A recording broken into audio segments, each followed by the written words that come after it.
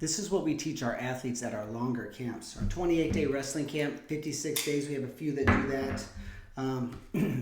But mostly the 28-day or the 14-day camp. It's not easy to make it that long, right? But, it comes down to this.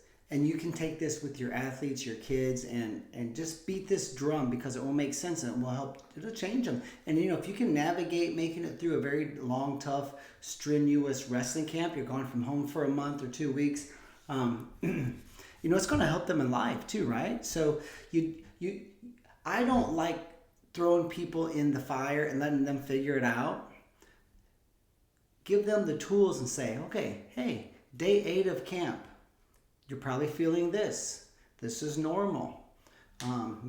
Day 1 of camp, you have different feelings. You don't know anybody. You wonder how hard it's going to be. You're nervous about being away from home. You wonder if the days are going to go by fast.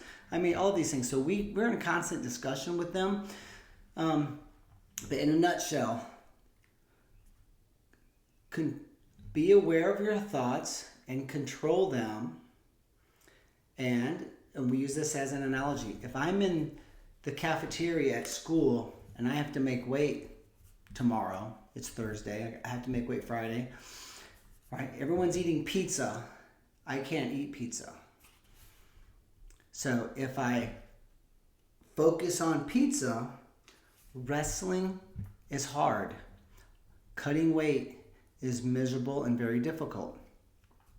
But if I focus on how I'm going to look when I hit the scale, how I'm slimming down, how athletic I'm going to be, winning a state title or a state medal, maybe how I'm doing things that none of these other, 2,000 kids at my high school, they couldn't do what I do. You should feel special. There should be a little bit of inner arrogance because you literally are competing in a sport that most people can't. They can't stick to it. They quit. They can't take it. And there should be some pride in that. There should be some pride in being a cross-country runner. Some of the sports are just grueling, and you're in one of those, right? Especially when there's a dieting component, like the gymnasts. They have to watch their weight. But it's even worse for us because there's a sweating and weight loss and a slight dehydration process for a lot of us in the sport, which is very difficult. So it's going to be difficult. But if you like we say before pre-match preparation, right? If I'm a baseball player or a softball player and I'm thinking about, I hope I don't get hit in the face by this fastball and break my jaw. Okay, that could happen. But I should be thinking about seeing the ball and making hard, constant contact. So if I'm choosing to think about getting hit in the face, which could happen, that's not good. I should be choosing to focus on the task. What's right in front of me? What do I need to do to win? I just got to focus on what I need to do to win. Okay, deep breath, get in my stance. I step up to the plate, whatever your routine is. You baseball players know what I'm talking about. Softball players, you know what I'm talking about. How about a race car driver? If you're a NASCAR driver and you're thinking about, crashing and getting burned up in a fire, you're not going to race well. But if you think about winning and scoring and passing other cars and being famous and crossing the checkered flag and being on ESPN and popping the champagne, well, now what have we done? We have decided to control our thoughts and choose the thoughts that are conducive to success. Don't choose the thoughts that are conducive to failure.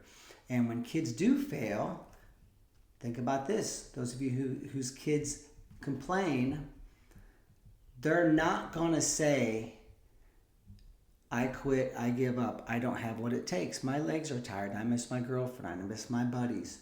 I want to go to grandma's house and go fishing. I can't believe you signed me up for this camp for a whole month. I can't believe I'm here for 2 weeks. They're not going to say, I quit, I give up, I don't have what it takes, I wasted your money. I'm disappointed in myself and you should be disappointed in me. I just simply don't have it. I broke mentally. Come get me. They're not going to say that. They're going to say, the wrestling moves are not good. The coaches are not good. This place is not fun. I mean, the food is not good. They're going to come up with all these other reasons. And you get to an established camp like ours, you can kind of be, there's some assumptions. You can assume that, hey, this is probably not the real story here. And your kids would do that in school too, right? Oh, I got a D in algebra, but it's the teacher's fault. And she's new and she doesn't do this and he doesn't. So I'm not telling you not to believe your kids, but you just don't believe them from the get-go. We did a weekend camp. Oh, it's a 4.5-day camp, a 5-day private team camp. Coach called his son and a couple of teammates. They didn't like the camp. And I'm like, well, it's the Purler Wrestling Academy Elite Practice Plan. That's what we use in our high school room. We just had 39 kids sign Division I scholarships in the past 2 years and 7 months. That's the plan. That's the plan that we do for our traveling private team camps. Well, they know everything. I'm on there. I'm like, okay, well, I don't know. But, they end up quitting the camp, which was fine. It's not for everybody. And I'm like, well, you signed up for a 4.5-day camp. How come you didn't come to our 28-day camp, right? I mean, these are the thoughts on the 14-day camp. But the bottom line is they didn't want to be there. And then I find out the next day that, they heard the camp was going to be packed with high school kids. And it was like 50% youth or something. And I'm like, that's off-season wrestling. For whatever reason, they just didn't want to be there. And I was like, this practice plan has built our academy and our camp business. I mean, our online academy. I mean, this is the practice plan. 95% of your points come from 5% of the wrestling. And there's a reason most of the college wrestling matches look the same. That's by design. That's not an accident, right? And so that's the practice plan that we have for that 5-day camp. And they very much should have stuck it out and stuck with it. But, I'm not saying the camps are perfect. Our goal is to have the best imperfect camp of all the imperfect camps. And your goal is to be the best imperfect mom or dad out of all the imperfect moms and dads, right? And I'm not saying there's not bad teachers and moms and dads and camps out there, because there are. But just understand that you have to teach your kids to control their thoughts, and maybe you can steer them and redirect them. And then when you catch them in the act of 27 different reasons why they got a D, maybe you can just say, other kids in that class have gotten A's. I talked to the teacher. There's only 5% of the kids who are getting D's, and you're one of them. It's like Oklahoma State used to say. They go, hey, there's a wall of Olympic champions, a wall of Olympians, a wall of Olympic medalists, a wall of All-Americans, a wall of NCAA qualifiers, a wall of NCAA champs, a wall of the World Cup champions and medalists, the Team USA guys. They're like, if you're at Oklahoma State, if you can't make it here, it's your fault. Look in the mirror. That's what they said. Look in the mirror.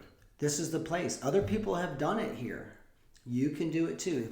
If you don't accomplish your goals, or you're not happy here, and you're not winning here like you thought, there was only one person to blame, and you should go look in the mirror and talk to him. And that's what Josie said to us back when I was in college. And I went to Oklahoma State for a visit, my son's college visit 6 years ago. John said the same thing to the team, and I was like, I love this so much because it's so true. So anyway, controlling your thoughts is very important, and teach the kids how their mind works. Because I guarantee you, if you're at super duper fun rich kid camp and you got to go canoeing in the lake, you got to hike the mountain and swim in a hidden lake with all the pretty girls and go canoeing and rope swinging, you would have walked up that mountain on a broken ankle. Guess what, son, daughter? I know you jammed your thumb, but you need to go get on that wrestling mat. If you would show up on time and hike up the hill to go swimming in the hidden lake or to do whatever they do at super duper fun rich kid camp, hey, you better show up to practice. And so there's like a criteria there that your kids need to understand and that you need to enforce. Otherwise, you're doing them a disservice. So anyway, that's the gist of it. And we have constant conversations with our athletes.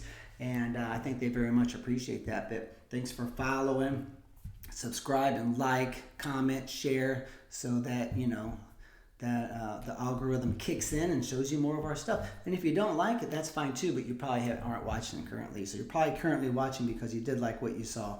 And so always interact with our posts and you'll see more of us. Thank you guys.